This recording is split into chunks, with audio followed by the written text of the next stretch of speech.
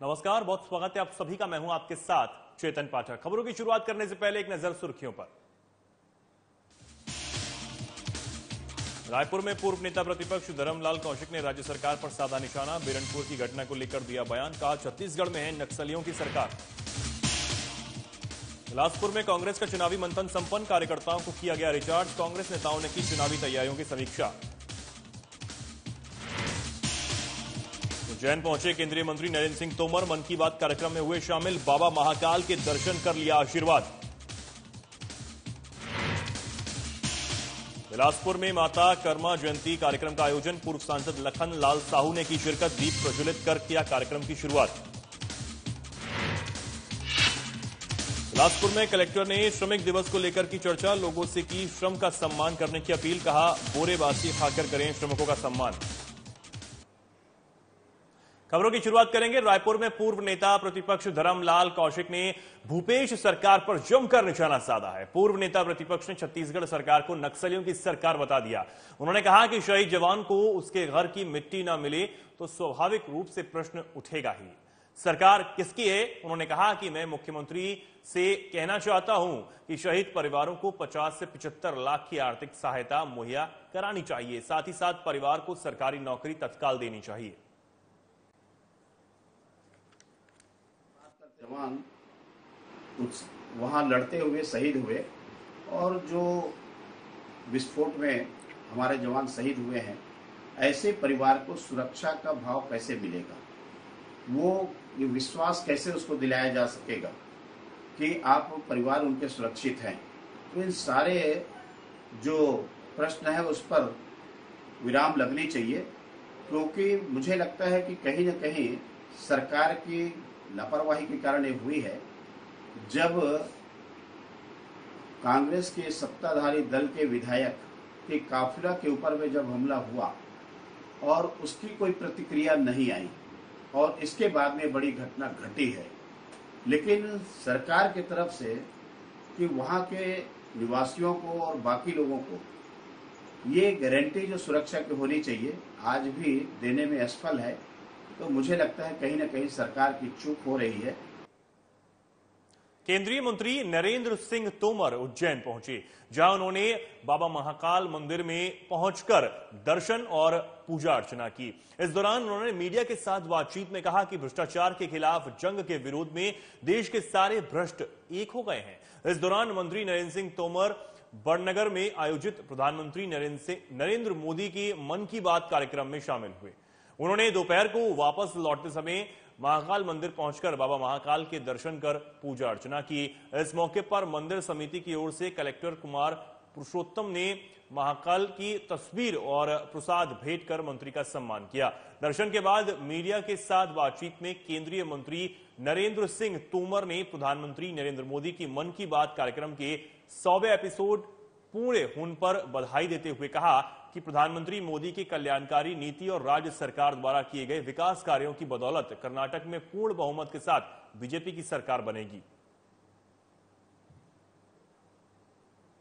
हमारे यशस्वी प्रधानमंत्री माननीय नरेंद्र मोदी जी प्रति माह एक रविवार के दिन मन की बात के माध्यम से देशवासियों से संवाद करते हैं। मन की बात का आज 100वां एपिसोड था। तो मन की बात सुनने का जो कार्यक्रम था वह उज्जैन जिले के बड़नगर में आया था मैं, और वहाँ से फिर महाकाल भगवान के दरबार में आया हूँ।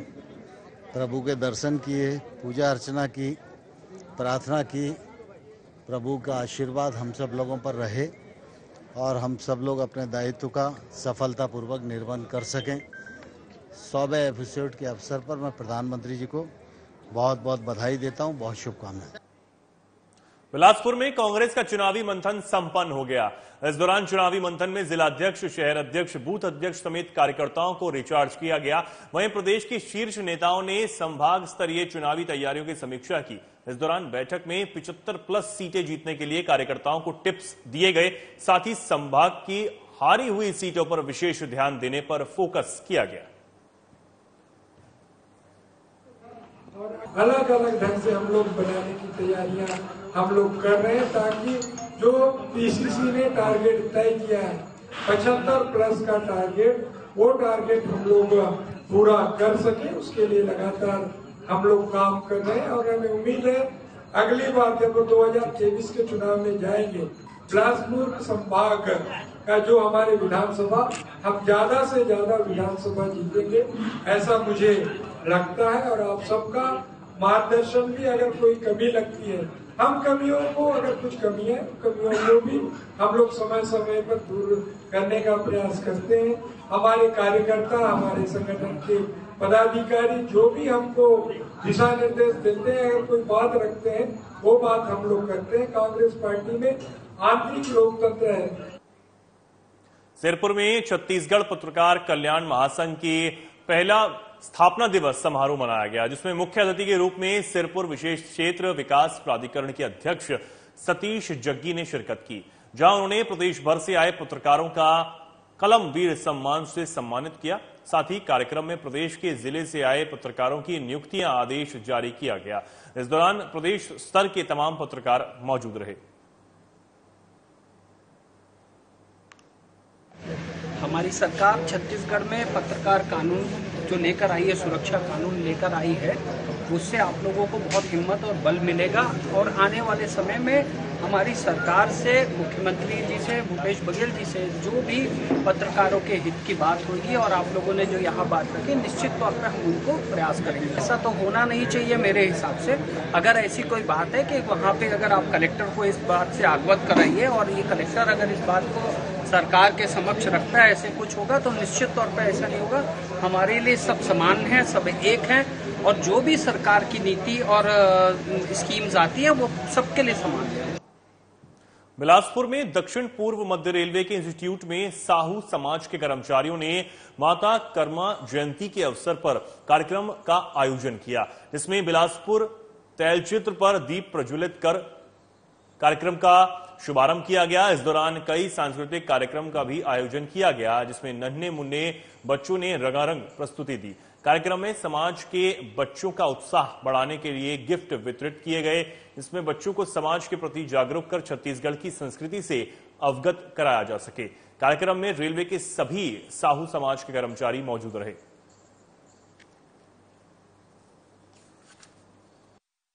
भक्त माता कर्मा जयंती हमारे सबो रेलवे कर्मचारी भाई बहनी मन मिलके मनातन। ये बहुत कम समय मिलते, ऐसे अवसर आते जब हम सब एक साथ इकट्ठा होतन, लेकिन यही साहू समाज के एक कार्यक्रम ही होते जेकर माध्यम से सब हम इकट्ठा होकर के छोटे से कार्यक्रम रखते। और इस साल कहा गया कि 21वीं सदी नारी सदी, तो 21वीं सदी उज्जवल भविष्य। तो 21वीं सदी उज्जवल भविष्य को नारी जब तक अपने आप को आगे नहीं लाएगी तब तक के उज्जवल भविष्य आएगा ही नहीं।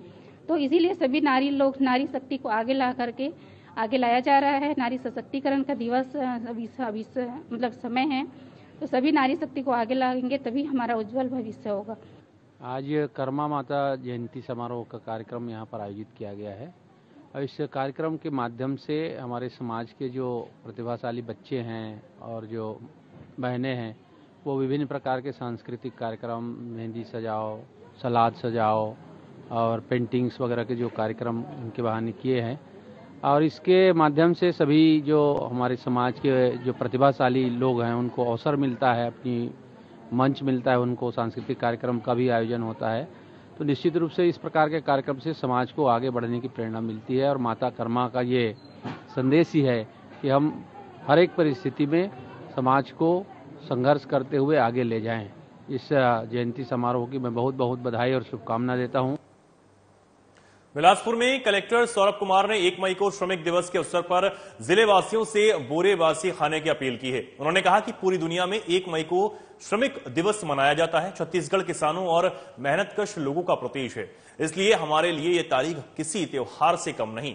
उन्होंने लोगों से अपील की कि इस दिन सभी बोरे बासी खाकर श्रमिकों के प्रति सम्मान प्रकट करें। कलेक्टर ने कहा कि मुख्यमंत्री भूपेश बघेल की पहल के कारण अब प्रदेशवासी इस बोरे बासी त्योहार के रूप में मनाते हैं।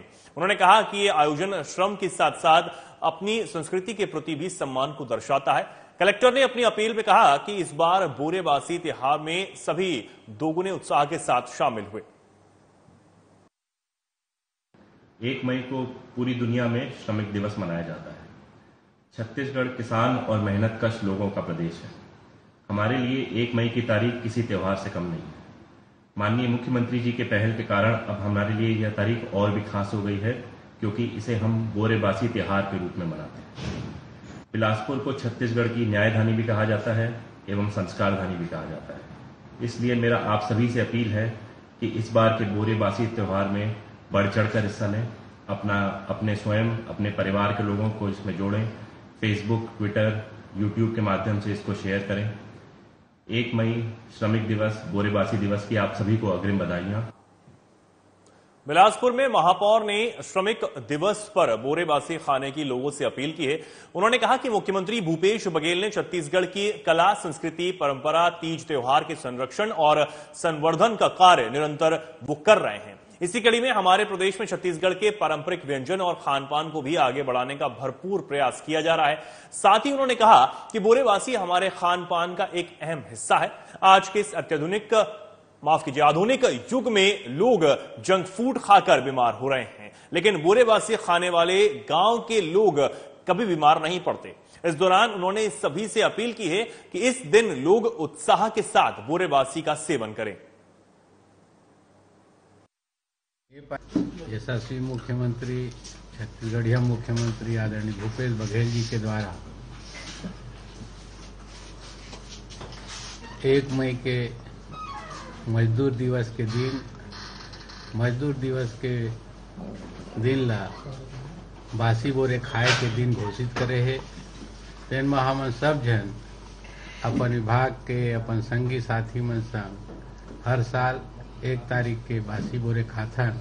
छत्तीसगढ़ के यह बहुत पुराना हमार खान पान में शामिल रही से। काबर त जतका गांव खेड़ा है आज भी बिहनिया रात कन के जन बने भात रहते तेला बोर देते औला हमन बासी के रूप में खाथन, चटनी के संग में खाथन, प्याज के संग में खाथन।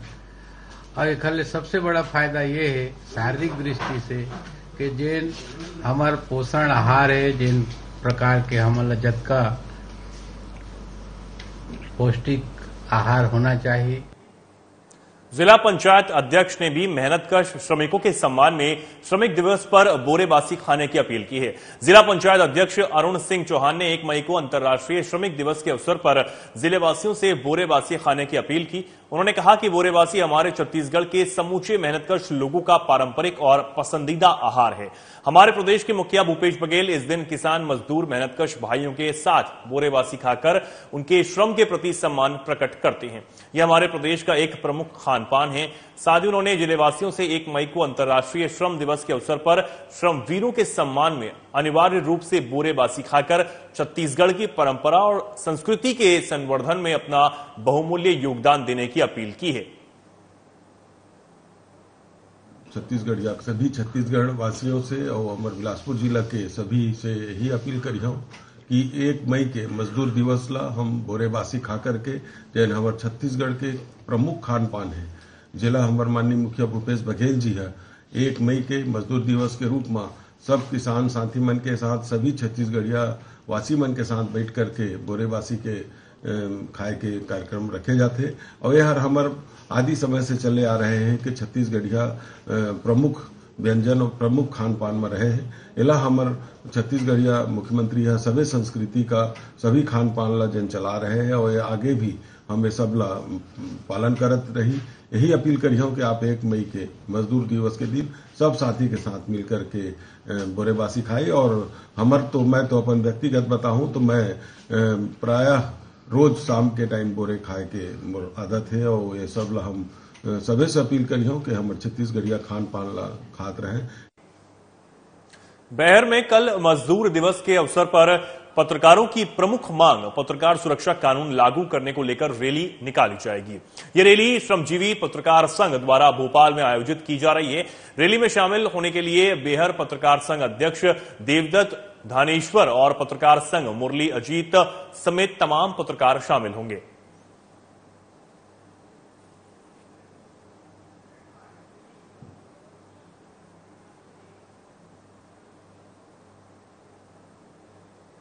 महाकाल मंदिर प्रशासक कार्यालय से लेकर महाकाल मंदिर के सामने वाली सड़क तक 24 मीटर लंबी सड़क बनाई जाएगी, जिसका 4 मई को भूमि पूजन किया जाना है।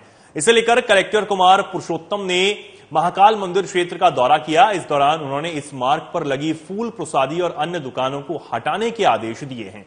कलेक्टर के साथ चल रहे महाकाल मंदिर प्रशासक संदीप सोनी ने से टनल निर्माण और दर्शन व्यवस्थाओं को लेकर जानकारी ली।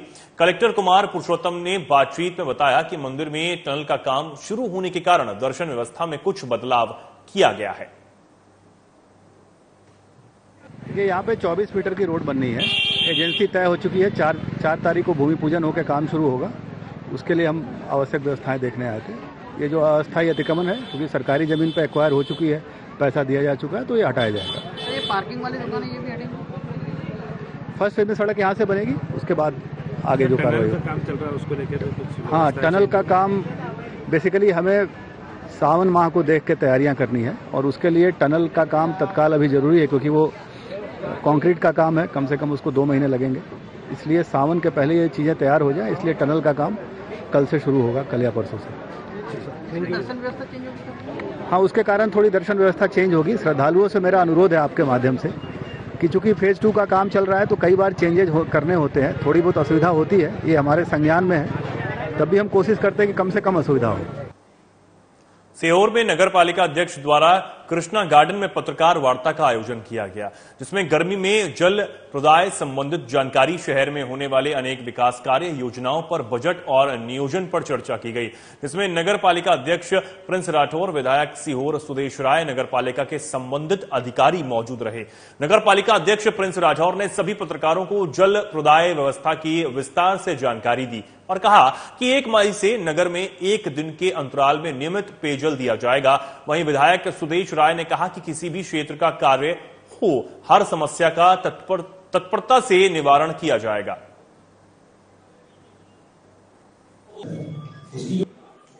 मेडिकल और रोगी ये लोग ज्यादा शासकीय अस्पताल है, इसलिए लोग ज्यादा थे। वहां पर पार्किंग की सबसे ज्यादा समस्या थी। नगर पालिका ने अभी इसके लिए कोई निर्णय लिया है? जो जमीन पुराना जो परिसर है, उसकी जो जमीन है उसके नीचे हमारा पार्किंग का ही पूरी बेसमेंट में पार्किंग की व्यवस्था हम करेंगे। इसलिए वो हम शासन जिला प्रशासन से मांग कर रहे हैं कि वो जो जगह है वो नगर पालिका को आवंटित की जाए। और पुराना जो अपना सब्जी मंडी प्रांगण है, उसमें भी बेसमेंट में पार्किंग की व्यवस्था करेंगे, ताकि जो पार्किंग की समस्या है, जो मामा सेंटर के सामने जो कर्मशाला बन रही है, उसको भी पार्किंग की व्यवस्था का एक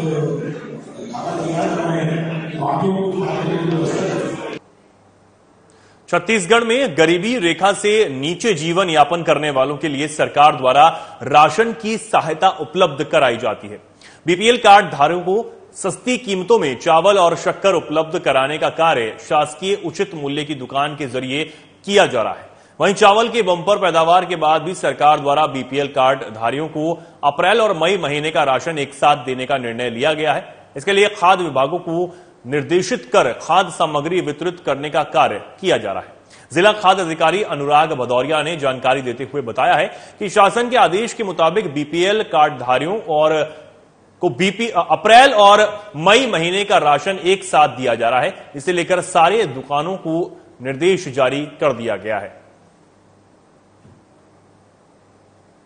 इस तरह से 40 के चावल में जो 40 के ग्रेन्स रहते हैं उसकी पॉलिश की जाती है तो वो और चमकदार दिखता है, परंतु ये चावल पोषण रूप से जिसमें फॉलिक एसिड, आयरन और जिंक के कंटेंट रहते हैं काफ़ी अच्छा है। इसके प्रचार प्रसार के लिए हमने शासकीय उचित मूल्य दुकानों में बैनर पोस्टर के माध्यम से प्रदर्शन किया गया है और आप सभी मीडिया के माध्यम से भी जनता को जागरूक किया गया है। लगातार प्रेस में, मीडिया में हम इसकी सूचना देते रहते हैं और दुकानों के माध्यम से भी बैनर पोस्टर से सबको बता रहे हैं कि 40 का चावल है।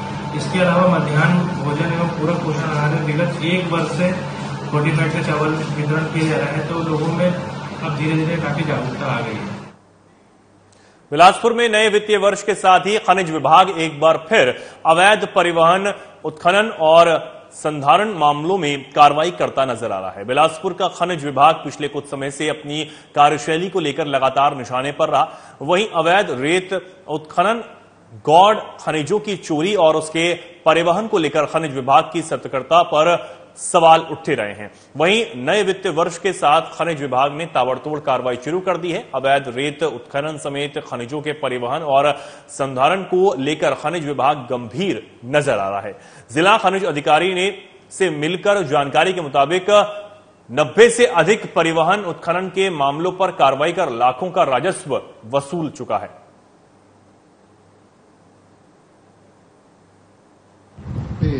विभाग तो अवैध खनिजों के अवैध उत्खनन परिवहन पर लगातार पहले भी कार्रवाई कर रहा था और अभी इस फाइनेंशियल ईयर में जैसे स्टार्ट हुआ है तो कार्रवाई अभी भी तेज करके रखे हुए हैं।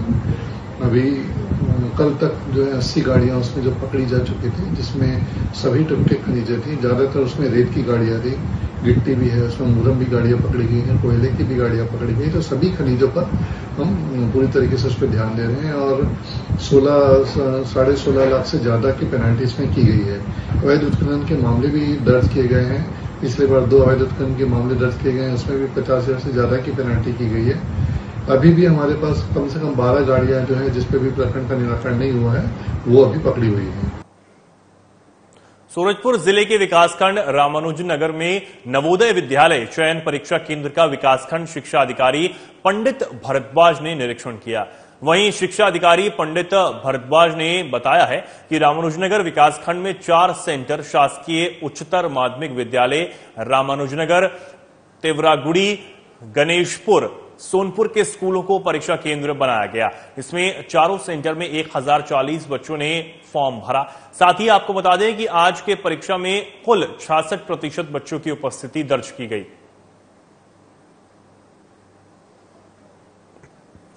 अपने विकासखंड में 4 सेंटर हैं, जिसमें से बालक हायर सेकेंडरी रामानुजनगर में और गणेशपुर में, परशुरामपुर और सोनपुर 4 सेंटर हैं हमारे, सभी हायर सेकेंडरी हैं। इनमें कितने बच्चे हैं, कितने उपस्थित हैं, कितने अनुपस्थित हैं? यहाँ हमारे पूरे ब्लॉक में 1040 बच्चे इनरोल्ड हैं, इनमें से 693 उपस्थित हैं और 347 अनुपस्थित हैं। लगभग जो है 66% टोटल बच्चे उपस्थित हैं और सभी जो परीक्षाएं जो है मैं विजिट किया हूँ, परीक्षाएं शांतिपूर्वक जो है संचालित हैं, कहीं कोई विघ्न बाधा नहीं है, बहुत अच्छे से परीक्षा संचालित हो रहा है। अब खबर इंदौर से है, जहां पलासिया थाना क्षेत्र में एक नामी गुंडे ने बिल्डर को रिवॉल्वर दिखाकर जमीनी सौदे पर हस्ताक्षर करने के लिए दबाव बनाया, जिसके बाद बिल्डर ने पुलिस को आवेदन देकर आरोपी के खिलाफ शिकायत दर्ज करवाई है। पुलिस की माने तो इंदौर के समीप एक गांव की जमीन का सौदा चल रहा था, जहां गुंडे ने धमकी देकर बिल्डर से जमीनी सौदे में कम दाम देकर हस्ताक्षर करवाने के लिए दबाव बनाया, जहां पुलिस ने गुंडे के खिलाफ पलासिया थाने में शिकायत दर्ज कर ली है। पलासिया के रहने वाले अनिल डोसी, इनके द्वारा एक लिखित आवेदन पत्र थाना पलासिया में प्रस्तुत किया गया, जिसमें उनके द्वारा बताया गया कि दसौदा की जमीन है, जिसको लेके हेमंत यादव द्वारा उनको धमकाया गया उनके ऑफिस में जाकर और कट्टे की नोक पर दस्तखत कराने का प्रयास किया, जिस पर से थाना पलासिया में 386, 506 IPC का अपराध पंजीबद्ध कर विवेचना में लिया गया है। उमरिया जिले के जिला चिकित्सालय के प्रांगण में अपनी मांगों को लेकर संविदा स्वास्थ्य कर्मी अनिश्चितकालीन हड़ताल पर बैठे हुए हैं।